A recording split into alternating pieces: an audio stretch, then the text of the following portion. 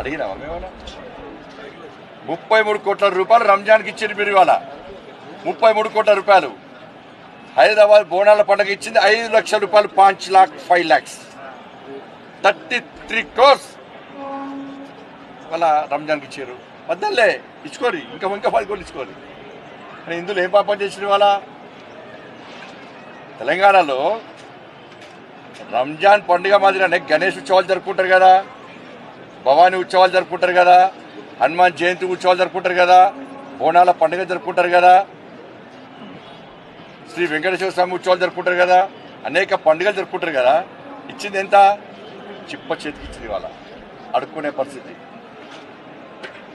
ఇలా భాగ్యలక్ష్మి అమ్మవారు చాలా పవర్ఫుల్ టెంపుల్. ఏమిచ్చారు?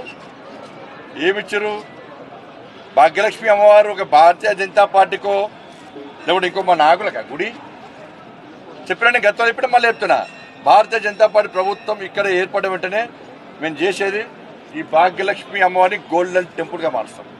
పక్కా మారుస్తాం, గోల్డెన్ టెంపుల్గా మారుస్తాం. అనుమానం అంతకు చెప్పినా మళ్ళీ చెప్తున్నా. అంటే 30